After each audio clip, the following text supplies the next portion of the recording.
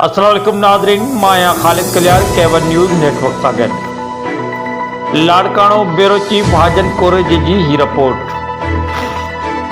लाड़काणो चांडका अस्पताल जे एमरजेंसी वारे वार्ड में अमले पारां लाशन ते एम्बुलेंस ड्राइवर खां कमीशन वठण वारे बयान खां पोइ एम्बुलेंस ड्राइवर खे अमले पारां धमकियूं मिलण लॻियूं।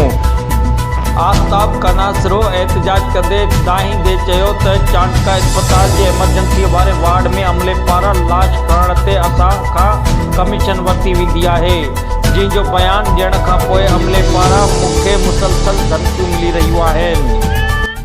त मां हक़ सच ॻाल्हायां थो, हक़ सच ते चङा भला गुस्सी आहे साईं, ग़रीब आहियूं, विड़ी नथा सघूं, हक़ सच ॻाल्हाईंदासीं।